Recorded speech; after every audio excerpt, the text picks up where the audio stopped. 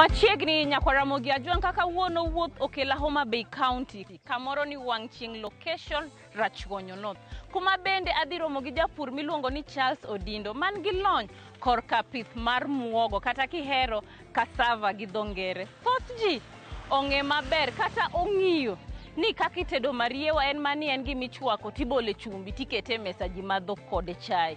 Oyo piny oloko. Gisani wan gi value additions mopogore. Inya tedo chapat, inya loso kek, inya loso mkate, to bende muogo ni be inya chiele maber ma madh kode chai kata inya chame kata ka chiemo mar lunch kata sapa. Yena mondo akaw thuolo mar rwakie chenro mar jumani kaka pile luonga ni Alori nyaka Black machiegni uru.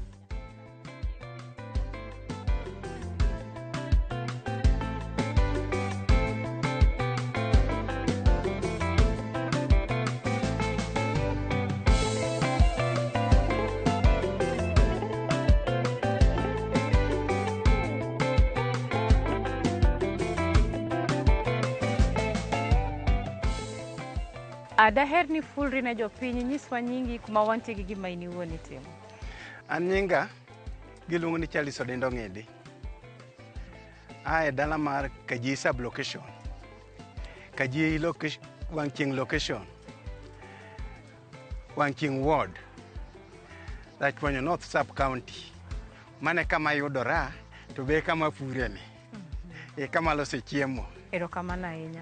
Odiochieng' ma kawuono wadwa wuoye mariewa kata omuogo kata muogo.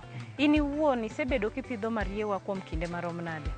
Muogo ni osebedo stable chiembwa mathurwa ka. Nikech kanonyuola to nayudo ka ene manwa puri ahinya gi bel. Nikech koruwe gi bel to ene manwa chame sana ma oduma to biro later on. Koka ji ochako puro oduma lakini muogo ni wasepure for many decades. Kendo wasepure ndalo mang'eny. Madiere moko bende olal mwachako yudo kodhi moro koa Uganda. Ma kodhi no ene ma koro sani wadhi kode mbele gi research ma osetimo moyudonwa kothe mamoko. Gin ang'o ma ng'ato man gi gombo kata man gi paro mar pidho mariewa nyaka ng'e kata nyaka bed godo kapok ochako? Kapok ibedo gi paro mar pidho muogo to nego beni iko puodho. Ikwongi puro puothino maber kabisa. Mo bed mayom. Kosebedo mayom, timanyo koth muogo. Midwa ni pidhe puodho no. Kodhi wan gi mbegu mopogore opogore. Nitie moro ma ji luongo ni sudhe. To jok moko be luongo ni nyakichaki. Kodhi ni en nyakichaki ni en ok inya chame kapodo unumu kendo ene rega. Nikech kichame kunumu to ene miwinjo ni muogo moro nego jicha. To sani to kwa pidhe ahinya. Sani wapidho michamo kata kanumu to ng'ato nyalo chamo. To nikech ipuoyo wach kodhi in iwuon kodhi mipidhe puodho ni digolo kae. Kodhi mapidhe puodho ni gin mixed. Nitie moro ma kienyeji miluongo ni majera. Majera ne king'iyo ite, ene mineno ite chal kamani. Kato ma iluongo ni SS4. Kodhi ni nobedo developed gi jo Kalro bang' research. Koro ene masani watemo pidhe ahinya nikech ene resistant to diseases. Tuoche ok make piyo ahinya. Erokamano. Spacing kata nafas ma iketo kind muogo gi nyawadgi bedo nade? Muogo gi nyawadgi onego bed 1 meter. 1 meter square. Mana kipidhe standard mare, makoro itene yudo kaka gar to loso chieme tiende. Koro kidwa pidho muogo tiketo 1 meter square kindgi. Ere kaka inyafwenyo ni muogo ni koro oseikore onego bed ni kae? Muogo kaka the type mwapidho gi onego bed ni otieko 1 year in the farm. To kusetieko gimoro 9 months e puodho to koro inyalo chako golo matin michamo ma wachamo rogi. Lakini kosetieko 1 year to koro en machwa koro iaprute, koro inyalo gole tiswage, timoye, ichame koro irege mogo kata nyuka. Bende inyalo timne gima kisungu dendo ni intercropping, inya pidhe gi cham moro e kae. Muogo Sani sami pidhe kapod otindo cha, tinyalo timo intercropping gi oganda, soya bean, kata njugu. Inyalo pidhe go together. To kosebedo maduong' kama, to koro onge gima inyalo kete iye nikech sed mare ok nyal yie mondo gima ipidho no dongi.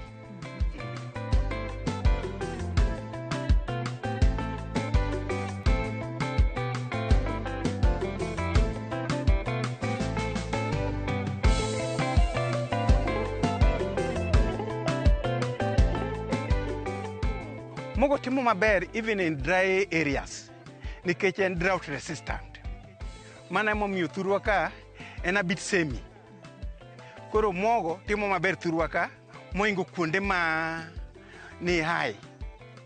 Nikech en a bit dry, oyudo koth ma reasonable, to chieng' bet ng'eny matin. Koro kama bet dry kaka thurwa ka, mogo time maber kabisa. Kamano ahinya. To kit lo, mogo timo maber e lo machal nade?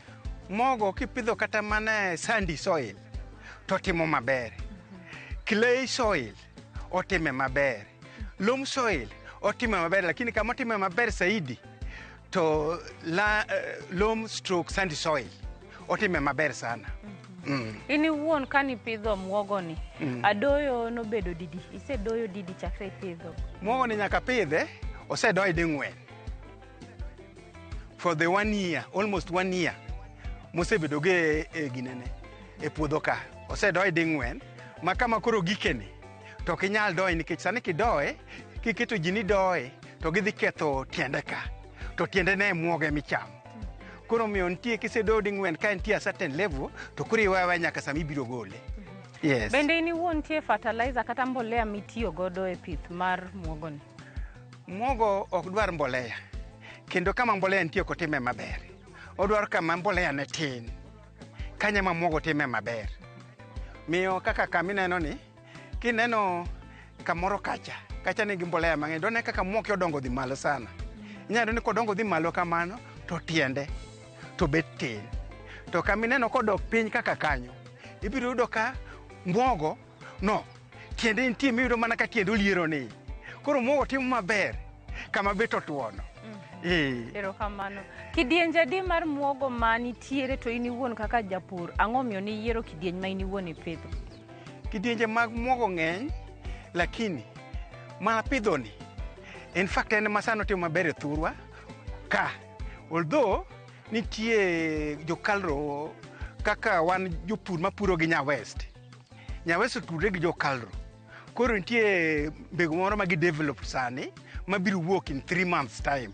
Mano be kowuok to wabiro kela na wang'iyane ka bo nyalo timo maber e lopwane. Yes. Erokamano ahinya. Gin pogruok mane ma in kaka japur inyalo fwenyo go muogo makech go muogo ma bende ber ka gichamo? Muogo makecha inene gi e ite. In fact muogo gi i-identify gi e itgi. Kaka ineno mamako ni, ma iluongo ni SS4. SS4 ni ineno ite kaka chalo. To moro manyisi cha miluongo ni majera, en inono ka ite tindo tindo. To moro mane maka ocham ka numu to nego ji cha, iluongo ni nyakichaki, en ite dongo dongo kendo bocho. Koro muogo ing'e gi e ite kijapur, to kiseneno ite no ting'e ni ma type machal kama. Yes. Wawach ni samise keyo misegolo muogo e puodho. Inyalo duoko muogo ni e puodho ni koso nyaka timne rotation? Any crop, pur mora mora, nyaka tim crop rotation. Kamineno koro muogo nitiere, ne wapidhe bando, ka bando wuok, to waketo sunflower, ka sunflower wuok, to sani koro en gi muogo. Ka muogo ni chako wuok, tiduogo bando ka. Ka bando wuok, ikelo sunflower. Koka kendo chiemo itimo nade, ichako iduogo muogo. That crop rotation kelo gimoro ni fertility. Nikech gima muogo chamo opogore gi gima bando chamo. Koro nyaka watim gima iluongo ni rotation of the crop. Yes.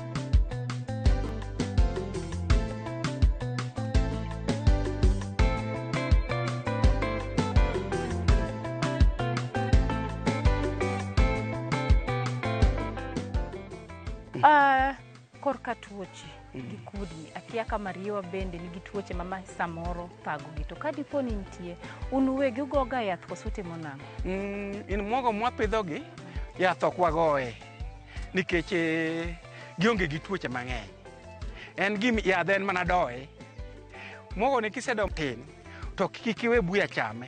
Idoya kapod ole doye, ka komono yugno tidoye, komono yugno tidoye, to kisedoye idi ng'wen kata dibich tiweri kode, irito mana chiemo. En ang'o ma in iwuon kaka japur itimo kama ka iyud yuto makare? An kaka japur, I make sure ni gik mapuro gi arito gi maber. To kendo kaka japur, ing'e ni puro kinya tegemea gimoro achiel. King'iyo toke kacha, dong ineno bel, bel ni kanyo. My is almost in 1 month's time. And kichak idhi toke kacha, dong ineno bando. Bando is almost ready. Kichak idhi toke kacha, njugu nitie. Mano japur. Mondo ne ber pur. Ipuro gik mopogore opogore. Maka moro feli, to nitie moro ma nyaka konyi. Yes. So nyaka ibed gi plan B. Nyaka ibed gi plan B. Koro plan B ni kama chofela to ma is there, ang'e ni kech ok dhi kaya. Machielo chako fela, the other one is there, kech ok dhi kaya. Koro mano kaka japur nyaka ibed gi plan B. To nikech kipidho gimoro achiel kaka Kenya ng'ini wahero bando, to bando kofel kaka sani season mar bando ok ber ahinya. Manyiso ni ka bando no fail tionge gi ma to chuno ni kech nyaka dhi kayi. Yes. Shelf life kata sama wawach ni segolo Mariewa e puodho, onyalo bedo ko kinde marom nade kapok okethore? Mariewa kisegolo e puodho mi swage, waluongo ni swage, mitimo ne gimiluongo ni chipsing. Kisetimo mano mi en well dry, to nyalo tiyo kata 1 year kapod ober abera. Manyiso ni sami kane no kech ok nyal kayi nikech igolo mana matin tirego tichamo, to kitero bende ka in gi excess to be ichake kawo iuso to dhi e market tiyudo pesa. Koro en gima nyalo tieko 1 year ka onge problem, bora ni provided ni kete gine kaka wan gi bag man gi jwala iye cha, ma kiseketi umo dhoge maber to koro kata weevils ok nyal donjo kuome. Yes. Erokamano ahinya. Kia ni nyiso land preparation, ere kaka un uwegi alwora ma bende wantie odiochieng' ma kawuono uiko lo? Alwora ma wantiere ni wadhi gi season. Wan gi seasons ariyo.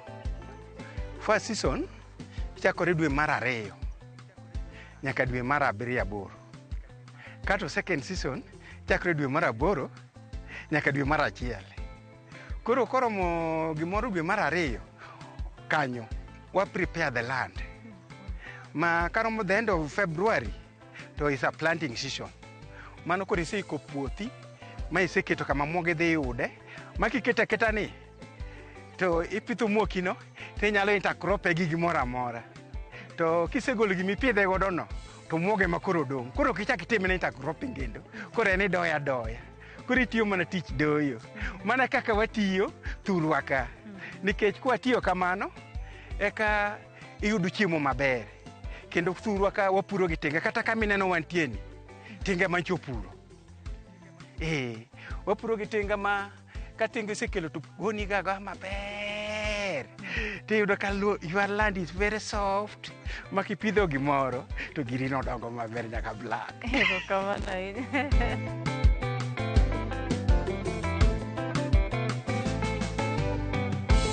Wadwani wakau rusa moro mar dakika moko machuok, wadhi rusa aeto bang'e waduogo. Kik idhi mabor.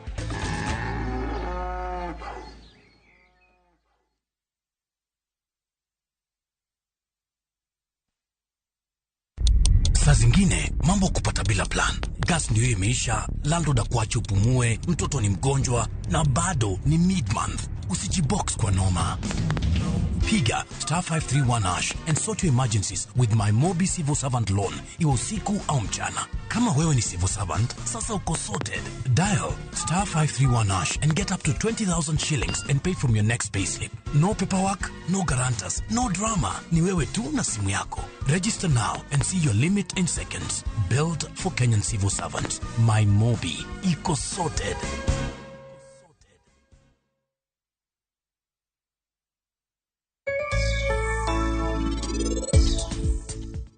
Anagone Nyasaye erokamano nikech kawuono en oreso Rajiv. Alamo ni ngima mabiro be orese kaka orese kawuono.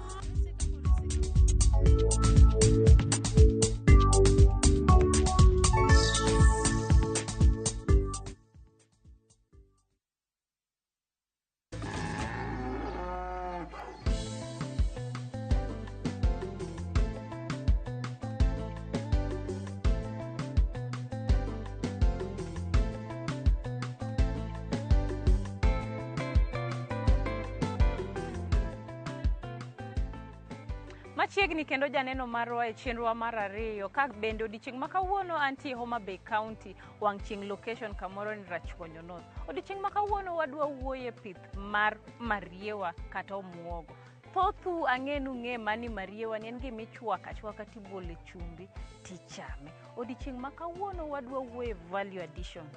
Wadwa wuoye kit cham kata kit kodhi maber ma in iwuon kaka janeno kata jalno man gi gombo mar pur onego bed ni ng'eyo. Koro daher ng'eyo niya kaka bende nitie kony kata sirruok moro amora ma un uwegi kaka joma nitie alwora ni useyudo koya e county government kata sirkal. County government is now coming to help farmers. Recently, Governor of Homa Bay County has provided us with sunflower seeds.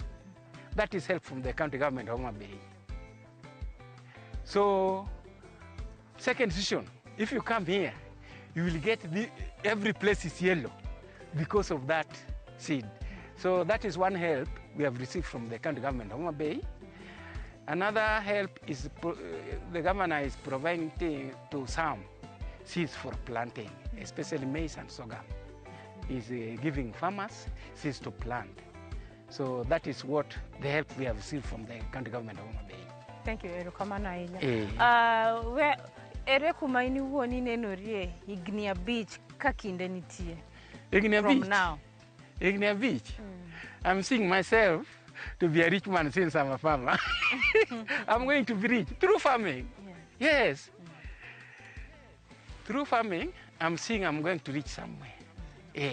Wach mogik ne janeno mabende neno chenro odiochieng' ma kawuono ne rawera mabende samoro be nigi gombo mar donjo.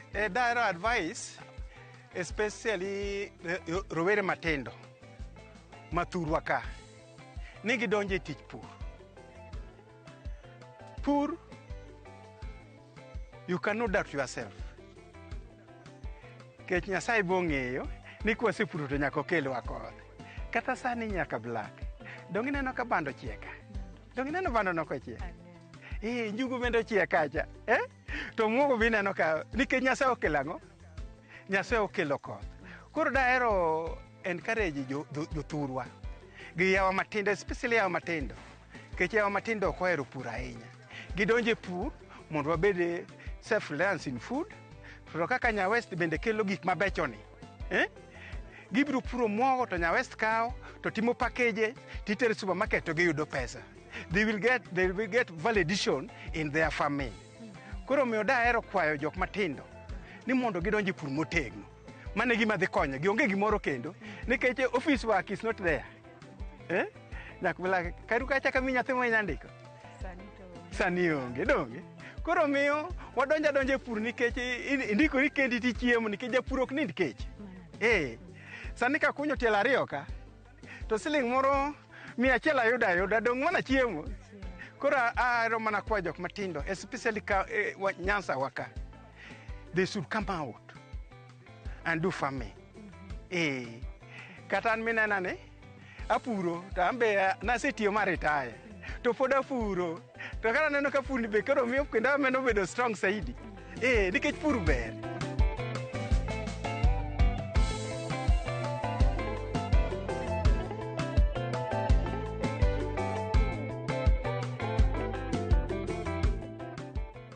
sama wawuoye kit kidieny mopogore mag muogo. Koro inyalo lero ne jopiny kata inyalo nyisowa kit pogruok ma ng'ato nya fwenyogo muogo. Type ariyo man go e puodho ka manyalo nyisou. Minena mako itene. Ma nyaka black. Ma iluongo ni majera. Majera ne king'iyo itene.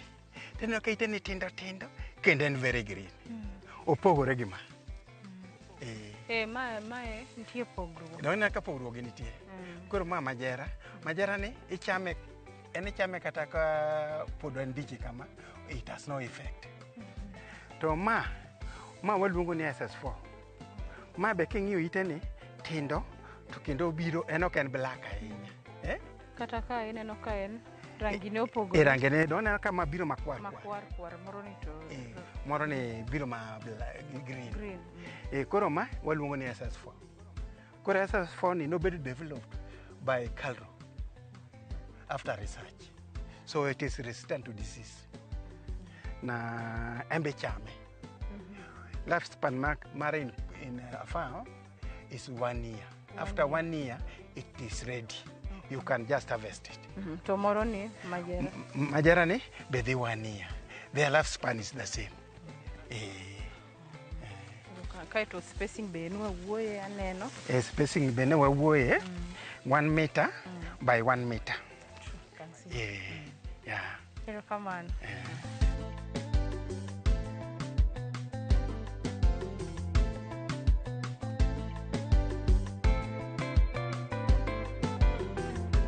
Ne jal ma samoro daher no tudre kodi bang' chenro ma odiochieng' ma kawuono. Inyalo konyowa gi namba kata email address kata social media handles moro amora ma ng'ato nya tudre kodi king'iyo kamera wan. An kidwa manya tibiro manya 07 38 440 919. That is Airtel. Safaricom 0711 48 21 33. Email address iluongo ni charlesngedi2@gmail.com.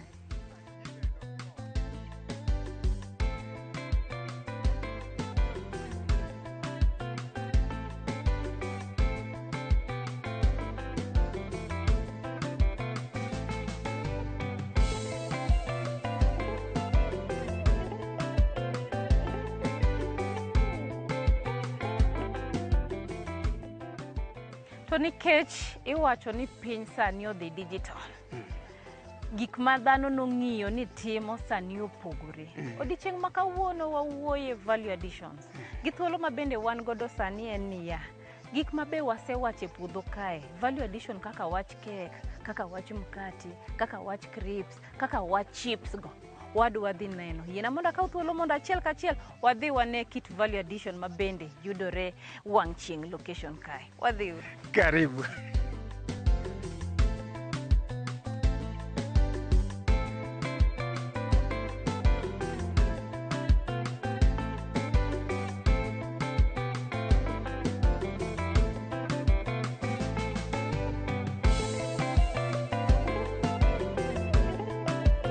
Kamano kwasea e puodho nyaka wane ni ang'o mwakete mesa. Odiochieng' ma kawuono hapwane ber kwasea e puodho gi mariewa kata kiero muogo ma bende wan godo. Wayudo ka chokruok obedo kama kare. Manyiso niya gitimo gima kisungu dendo ni value addition. Kopogore gi kit mariewa ma in iwuon ing'iyo ni kisechwako tikete chumbi tichamo. Nitie kaka ei mariewa ni nitie gigo ma bende nyalosi. Nyalos cake, nyalos crisps. Gigo te kawuono Madam Pamela dhi nyisowa kaka gin giwegi gitimo kae. Machiegni Madam Pamela. Intie nade? Intie maber. Aneno kiseundonwa mesa. Aundonu mesa. Koro i mesa kae an ng'e naluongi gi nyingi. Jogi to kiai. Adwa ni fulri ne jopiny nyis gi nyingi gima kawuono in iwuon itimo gi kaka ilosonwa mesa maber kamae. Erokamano nyaka Black. An gi nyinga iluonga ni Pamela Kinyi. To ajapur mohero tedo. Ka gik moko osewuok e puodho takelo taloso to gilokre chiemo maloso ngimawa. Koro e mesa kae ang'o mantie? Mesa kae wan gi mariewa manum ma en mano. Koro mariewa manum no kosewuok e puodho tikele tirege ing'ade, koseng'ade timoye totuo. Koro en ema Kotuo to mae en. Koro kosetuo kamano wanyalo rege nyuka ma en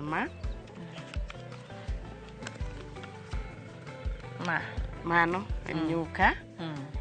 Inyalo rege iriwe gi gik moko machalo bel, soya, obedo kuon bende. Mano timore. Mariewa achiel ni wanyalo loso go crackers machalo magi mantiere kaigi. Gin gik ang' ni onje gi ang' ni winj ka gichal. Mano tich mariewa ma mariewa otimo. Pod crackers but koro nitiere kaka wapogo gi, nitiere kaka wan gi plates moko ma koro inyalo tugo kode kaka ihero. Design ihero minyalo loso kamano. Kendo malich miwuoro ni kek ji ong'iyo ga ni chamo kek mar wheat. To kawuono nyaka black adwa ni onja ne kek mar cassava kata gi mariewa. Iwinja ni to chalo nade? E ngimawa. Biro winja ni to mariewa gine kek mar mariewa to chalo nade? Nyaka mkati otedo. Ok magi kende, otedo gik moko buns, otedo gik mang'eny, varieties of things. Mariewa nyalo loso, nyaka biscuits tiyo mar mariewa. Koro magi ni akelo mana loso mana matin mondo jopiny one ni mariewa gik mane ji nono gik mocha. Kare mariewa negi sani wadogure mariewa. Mariewa negi teko mang'eny. Kendo kata joma chuo kochamo mariewa nguvu.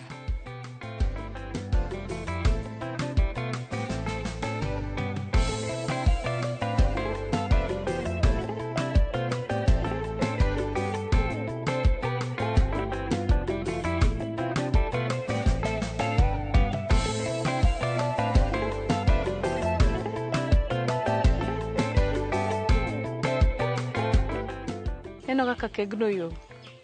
Mana kaka ang'ade matin kech adwa bele. Adhi confirm un gima adwa notim na samoro ionge nya juice ni modhe pi. An adwa chame itimo ni do.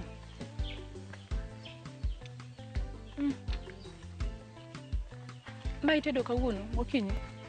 Atedo nyoro. En very fresh. Omit pok na wuonduga. Omit kabisa. Mae wauso mana 1000. Kin gi birthday party, nyarusi moro to be jomoko ero sukari. Afwenyo ni onge sukari mo mang'eny. Oyom kabisa.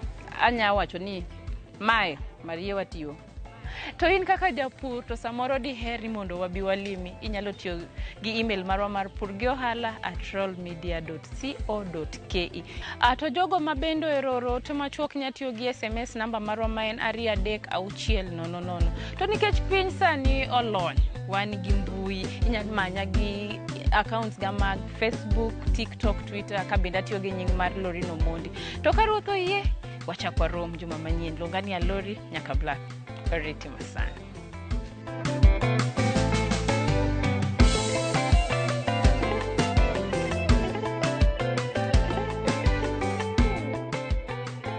Mondo mine chenro ni kod mamoko mag pur gi ohala, donji e viewsasa.com.